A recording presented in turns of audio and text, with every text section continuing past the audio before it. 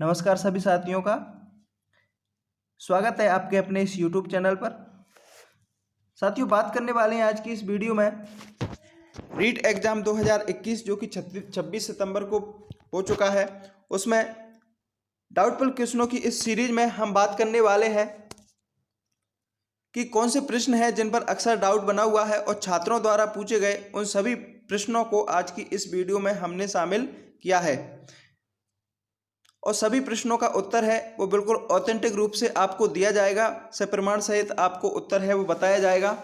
तो वीडियो को पूरा जरूर देखिएगा और कौन से प्रश्न पर आपको बोनस भी मिल सकता है, इन सभी बातों पर हम चर्चा करने वाले हैं आज की इस वीडियो में। दोस्तों, इससे पहले मैं आपको बता दूं कि हमने पिछली वीडियो में भी कई डाउटफुल प्रश्नों के बारे में चर्चा की है, तो आपने पिछली वीडियो अभी तक नहीं देखी है तो उन वीडियो को भी जरूर देखिएगा, उनमें भी आपके डाउट हैं वो क्लियर हो जाएंगे। चलिए साथियों, शुरू करते हैं आज की इस वीडियो को। वीडियो शुरू करने से पहले मैं आपसे एक रिक्वेस्ट करना चाहूँगा कि जिस भी साथी ने अभी तक हमारे चैनल को सब्सक्राइब नहीं किया है वो चैनल को सब्सक्राइब करके रखिएगा और बेल के आइकन को भी प्रेस करके रखिएगा ताकि आने वाली हर एक वीडियो है उसका नोटिफिकेशन है वो आपके पास आ सके।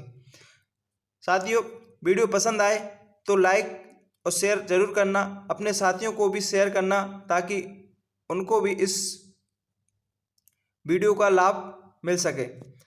चलिए साथियों, शुरू करते हैं। आज हमने उन्हीं प्रश्नों को शामिल किया है जो पिछली वीडियो में कमेंट के माध्यम से कई हमारे साथी हैं उन्होंने पूछा था।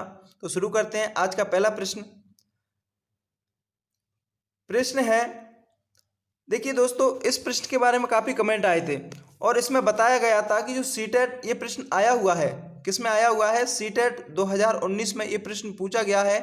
प्रश्न बिल्कुल एज इट इज था, केवल संख्याओं का ही अंतर था। तो ये प्रश्न पूछा गया था और इसमें सीटेट ने जो आंसर माना था वो ग्राफ पेपर माना था। कौन सा माना था? Graph paper. लेकिन कई साथियों ने कमेंट के माध्यम से बताया था कि रिवाइज आंसर की आई थी, उस रिवाइज आंसर की में संख्या चार्ट भी माना था। तो देखिए, मैं आपको एक और सबूत आपके सामने लेकर के आया हूँ, एक और प्रूफ आपके सामने लेकर के आया हूँ, उसके बारे में भी हम बात करने वाले हैं। ये प्रश्न सीटेट ने तो केवल ग्राफ पेपर ही माना था, रिवाइज आंसर की में भी ऐसा दे रखा है कि जो ग्राफ पेपर ही था। लेकिन जो बुक है एनसीईआरटी की क्लास 7th की बुक और आरबीएससी की बुक में भी इसी प्रकार जो ग्राफ पेपर है वो उसमें भी ग्राफ पेपर ही माना है। मैं आपको दिखाने वाला हूं। देखिए, ये बुक एनसीईआरटी की बुक है और एनसीईआरटी क्लास 7 की बुक है। इसमें ये दे रखा है, बिल्कुल चैप्टर है भिन्न और दशमलव संख्याओं का जो चैप्टर है इसमें। तो ये प्रश्न है जो ग्राफ पेपर को दर्शाता है, यहाँ पर ये देख लीजिएगा। और एक और बुक है जो कि देखिए, ये पाठ का नाम भी दे रखा है यहाँ पर, भिन्न एवं दशमलव संख्याएं, और इसमें यहाँ पर लिखा हुआ है ये ग्राफ पेपर को दर्शाता है। बिल्कुल देख लीजिए, यहाँ पर आपके सामने बिल्कुल प्रमाण दे रखा हूँ। इसमें इस प्रकार की किया जा सकता है, जैसे 0.3 इंटू 0.4 के लिए पहले 0.03 इंटू 0.4 बराबर 12 प्राप्त कर लेते हैं। ये सवाल इसी प्रकार दे रखा है। तो इसका जो राइट आंसर है वो ग्राफ पेपर ही होना चाहिए मेरे अनुसार। अब आरबीएससी इसका राइट आंसर संख्या चार्ट मान सकती है, तो मान सकती है, या तो इसके दोनों ये आंसर हैं वो राइट माने जा सकते हैं या फिर ग्राफ पेपर ही इसका राइट आंसर माना जाएगा, क्योंकि सीटेट का जो केंद्र लेवल का मामला होता है और हमारा जो मामला है वो राज्य सरकार का मामला है। तो हो सकता है कि बोर्ड इसका जो राइट आंसर है वो कुछ अलग और मान ले। तो आई होप इसका जो डाउट है वो क्लियर हो गया होगा। नेक्स्ट क्वेश्चन की ओर बढ़ते हैं। अगला प्रश्न है साथियों, ये प्रश्न भी काफ़ी हमारे कई साथियों ने कमेंट बॉक्स में पूछा था। तो इसका जो राइट आंसर है वो कौन सा होगा? देखिए, पहले हम प्रश्न को पढ़ते हैं कि प्रश्न क्या कह रहा है। प्रश्न है कि निम्नलिखित में से कौन सा हल्दी घाटी के युद्ध में महाराणा प्रताप के चंद्रावल दस्ते में शामिल थे? देखिए, हल्दी घाटी युद्ध में महाराणा प्रताप के चंद्रावल दस्तों में शामिल थे, ये पूछ रहा है। अब देखिए, यहाँ बात आती है, कोई इतना खास प्रश्न नहीं था और इसमें डाउट वाली बात ही कहाँ है, लेकिन हमारे कई साथी ने पूछा था इसलिए मैंने इस प्रश्न को शामिल किया है। देखिए इसमें होता क्या है कि एक तो होती है चंद्रावल सेना और एक होती है आपकी हरावल सेना। एक तो क्या होता है आपका चंद्रावल सेना होती है और एक होती है आपकी हरावल सेना। अब इनमें अंतर क्या है, इनमें क्या क्या डिफरेंस है और चंद्रावल सेना और हरावल सेना में किस किस ने अपना जो नेतृत्व है वो किया था।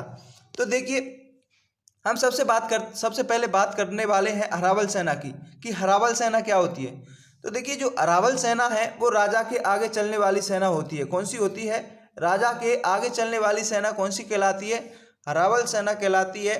और हरावल सेना का जो नेतृत्व है वो हकीम खां सूरी ने किया था। किसने किया था? हकीम खां सूरी ने हरावल सेना का नेतृत्व किया था। तो हकीम खां सूरी तो यहाँ पर बिल्कुल हो ही नहीं सकता, तो ये 4 वाला तो यहाँ पर कट हो सकता है। अब हम ऑप्शन में देख सकते हैं लॉजिक के साथ कि 4 वाला तो हो ही नहीं सकता, तो ऑप्शन ए तो इसमें राइट आंसर होगा ही नहीं क्योंकि इसमें 4 आ रहा है और 4 ऑप्शन बी में भी आ रहा है, तो ये ऑप्शन ए और बी तो हो ही नहीं सकते। यहाँ से 2 ऑप्शन तो कट हो सकते हैं। देखिए हम लॉजिक के साथ अगर प्रश्नों को सोल्व करेंगे तो आसानी होगी हमें। अब ये डिपेंडेंट होता है कि 2 ऑप्शनों पर कि इनमें से कौन सा आएगा। लेकिन हम एक आपने गौर किया होगा, अगर आपने पढ़ा होगा कि जो मेवाड़ की हरावल सेना होती है, उस मेवाड़ की हरावल सेना का नेतृत्व कौन करते थे? मेवाड़ की हरावल सेना का नेतृत्व चूड़ावत द्वारा किया जाता था। किसके द्वारा किया जाता था? चूड़ावत द्वारा किया जाता था। क्योंकि देखिए इसके संदर्भ में एक संघर्ष भी हुआ था उनके बीच। जैसे अमर सिंह के शासनकाल में चूड़ावत और जो सक्तावत है उनके मध्य हरावल सेना के नेतृत्व के संबंध में संघर्ष भी हुआ था। तो यहाँ पर ये मेवाड़ का जो हरावल सेना है उसका नेतृत्व किसके द्वारा किया गया था? चूड़ावत द्वारा किया गया था। तो चूड़ावत भी चंदावल सेना में शामिल नहीं होगा, तो 6 भी इसमें से कट कर दीजिएगा। 6 ऑप्शन नंबर सी में है, तो ऑप्शन नंबर सी भी आपका राइट आंसर नहीं होगा। तो अब हमारे पास आपका जो उत्तर है वो निकल करके आता है ऑप्शन नंबर डी, क्योंकि हकीम खां और कृष्णादास चूड़ावत ये महाराणा प्रताप के चंदावल दस्ते में शामिल नहीं थे, ये केवल हरावल सेना के अंतर्गत शामिल थे। तो आई थिंक इसका जो डाउट है जिसी भी साथी ने पूछा है वो क्लियर हो गया होगा। नेक्स्ट क्वेश्चन की ओर बढ़ते हैं। अगला प्रश्न है, अब ये प्रश्न भी काफी पूछा गया था, हमारे साथी किसी ने पूछा था कि जो निष्पादन परीक्षण है बुद्धि का निष्पादन परीक्षण कौन सा है। तो देखिए इस प्रश्न के उत्तर option number A Bhatia battery, option number B रोरसा परीक्षण, ऑप्शन नंबर सी WAIS और ऑप्शन नंबर डी रेवन का SPM। ये प्रश्न पूछा था इसलिए मैंने इस वीडियो में शामिल किया। अब इसका भी राइट आंसर कौन सा होगा, क्या इस पर बोनस मिलने वाला है? तो देखिए बोनस तो इस पर नहीं मिलेगा। इसका जो राइट आंसर है वो मेरे अनुसार 2 राइट आंसर माने जा सकते हैं, एक भाटिया बैटरी और एक रेवन का SPM। देखिए सबसे अधिक की बात करें, अगर सबसे पहली प्राथमिकता किस ऑप्शन को मिलती है तो भाटिया बैटरी के साथ जाऊंगा, क्योंकि भाटिया बैटरी है वो इसके अंतर्गत अधिक इसको प्रमाणित करती है। देखिए हम सबसे पहले निष्पादन परीक्षण की बात करें कि निष्पादन परीक्षण क्या होता है। इसके लिए मैं आपके लिए एक बुक के अनुसार बताने वाला हूं प्रमाणित जवाब कि देखिए सबसे पहले यहाँ पर आता है आपका निष्पादन परीक्षण, और निष्पादन परीक्षण को हम क्रियात्मक परीक्षण भी कहते हैं। क्या कहते हैं? क्रियात्मक परीक्षण भी कहते हैं। इसमें क्या दे रखा है कि इस परीक्षण में लिखित भाषा की आवश्यकता नहीं होती। बिल्कुल सही बात है, निष्पादन परीक्षण होता है उसमें लिखित भाषा की आवश्यकता नहीं होती। कुछ वस्तुओं व अन्य सामग्रियों को व्यवस्थित करना होता है। इसमें क्या होता है कि जो भी कुछ वस्तु होते हैं और अन्य सामग्रियों को व्यवस्थित करना होता है। भिन्न भिन्न संस्कृतियों के व्यक्तियों के मापन में उपयोगी, जैसे कोहज ब्लॉक परीक्षण। अब देखिए यहाँ पर दे रखा है ये कौन सा कोहज ब्लॉक परीक्षण, ये निष्पादन परीक्षण के अंतर्गत ही माना गया है और यह एक अशाब्दिक परीक्षण से भिन्न होता है। क्या होता है? ये अशाब्दिक परीक्षण से भिन्न होता है। अशाब्दिक में वस्तु को वास्तविक रूप में नहीं बल्कि चित्र बना करके व्यक्ति के सामने उपस्थित किया जाता है, जबकि क्रियात्मक में वस्तुओं को वास्तविक रूप से उपस्थित किया जाता है। आप समझ सकते हो कि जो अशाब्दिक परीक्षण, वैसे अशाब्दिक परीक्षण होता है उसको भी क्रियात्मक परीक्षण ही माना जाते हैं और निष्पादन परीक्षण को भी यहाँ पर क्रियात्मक परीक्षण माना है, लेकिन निष्पादन परीक्षण अशाब्दिक परीक्षण से थोड़ा भिन्न माना जाता है, ऐसा यहाँ पर लिखा गया। जब क्रियात्मक में वस्तुओं को वास्तविक रूप से उपस्थित किया जाता है तो सबसे पहले क्रियात्मक परीक्षण 1886 में सेगुइन ने बनाया था। इसमें प्रमुख कौन कौन से देख लीजिए, ब्लॉक, कोहेज ब्लॉक, पास एलोंग व घन रचना परीक्षण आदि हैं। अब देखिए इसके नेक्स्ट बात करें तो नेक्स्ट आता है इसमें जो सामूहिक क्रियात्मक परीक्षण। अब क्रियात्मक परीक्षण तो अशाब्दिक जो परीक्षण होता है उसको हम क्रियात्मक परीक्षण भी कहते हैं, और जो रेबन प्रोग्रेसिव मैट्रिसेस परीक्षण है ये भी एक क्रियात्मक परीक्षण ही माना जाता है। किस प्रकार का माना जाता है? क्रियात्मक परीक्षण भी माना जाता है।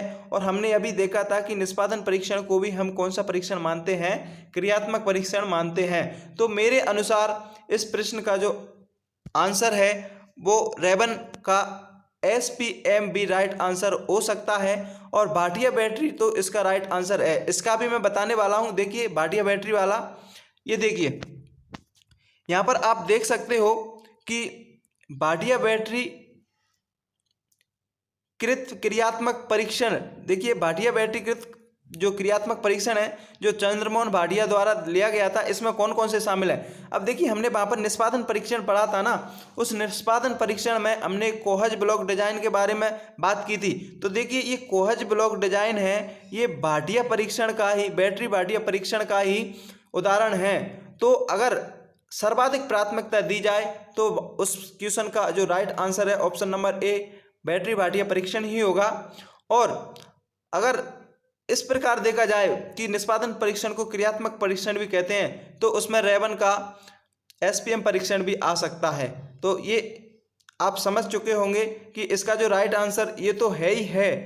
अगर बोर्ड इसका जो राइट आंसर डी भी मान सकता है, अगर इस पर किसी को आपत्ति है तो ऑब्जेक्शन लगा सकता है। नेक्स्ट क्वेश्चन की ओर बढ़ते हैं। अगला प्रश्न है, ये प्रश्न भी काफी विवादित है, और इस प्रश्न में हमारे एक साथी ने भी पूछा था कि जो प्रक्षेपी विधि का उदाहरण कौन सा है वो नहीं है। देखिए आप अच्छी तरीके से जानते हो कि प्रक्षेपी परीक्षण कौन सा होता है और अप्रक्षेपी परीक्षण कौन सा होता है। प्रक्षेप परीक्षण वो होते हैं जिनमें अचेतन मन का अध्ययन किया जाता है। किसका अध्ययन किया जाता है? अचेतन मन का अध्ययन किया जाता है। तो देखिए TAT, बिल्कुल TAT तो एक प्रक्षेपी परीक्षण है। SCT सेंटेंस ये भी वाक्य पूर्ति परीक्षण, ये भी एक प्रक्षेपी जो परीक्षण है उसका उदाहरण है। और ड्रॉ ए मैन, अब बात आती है ड्रॉ ए मैन और MMPI। कई टीचरों ने इन प्रश्नों का जो उत्तर है अलग बताते हैं, कोई ड्रॉ ए मैन बताता है और कोई MMPI बताता है। लेकिन मैं बताता हूं यहाँ पर मेरे अकॉर्डिंग कि जो ड्रॉ ए मैन है, ये ड्रॉ ए मैन परीक्षण प्रक्षेपीय परीक्षण का उदाहरण माना जाता है। इसका राइट आंसर ये नहीं होगा। इसका राइट आंसर 100% मैं बता रहा हूं, इसका right answer option number DE होगा। कोई कंफ्यूजन नहीं है, इसका right answer option number D MMPI ही होगा। इस पर कोई कंफ्यूजन आपको नहीं रखना है। 100% श्योर है कि इसका जो राइट आंसर MMPI होगा, ड्रॉ ए मैन नहीं होगा।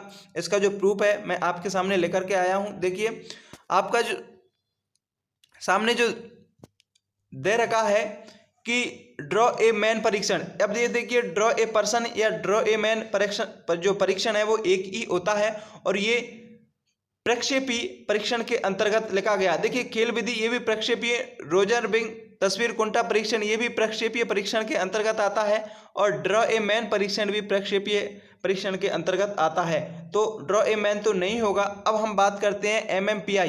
देखिए MMPI जो स्व प्रतिवेदन मापन होता है वो आपकी व्यक्तिगत आविष्कारिका विधि के, या फिर हम यूँ कह सकते हैं कि स्व प्रतिवेदन मापक विधि होती है।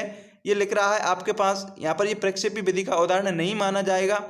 मिनीसोटा बहुपक्षीय व्यक्तित्व सूची इसका राइट आंसर है वो माना जाएगा। और आपने RBSC बोर्ड की बुक भी पढ़ी होगी, उसमें भी इस प्रश्न को प्रक्षेपीय जो विधि है वो नहीं माना है। तो आई थिंक आपका ये प्रश्न भी क्लियर हो गया होगा। ये तो थे आज की इस वीडियो के प्रश्न। साथियों अगर आपको किसी भी और प्रश्न पर डाउट है तो आप कमेंट बॉक्स में उस प्रश्न को ज़रूर बताइएगा। हम सब प्रमाण सहित आपके उस प्रश्न का उत्तर बताएंगे। और वीडियो कैसी लगी पसंद आई हो तो वीडियो को लाइक ज़रूर करना, अपने साथियों को भी शेयर करना। चैनल पर नए हो तो चैनल को सब्सक्राइब भी करके रखिएगा। इसी प्रकार के कई वीडियो है हमारे द्वारा आपके सामने रखे जाएंगे। तो चलिए मिलते हैं अगली वीडियो में, तब तक के लिए जय हिंद, जय Bharat, take care, bye bye.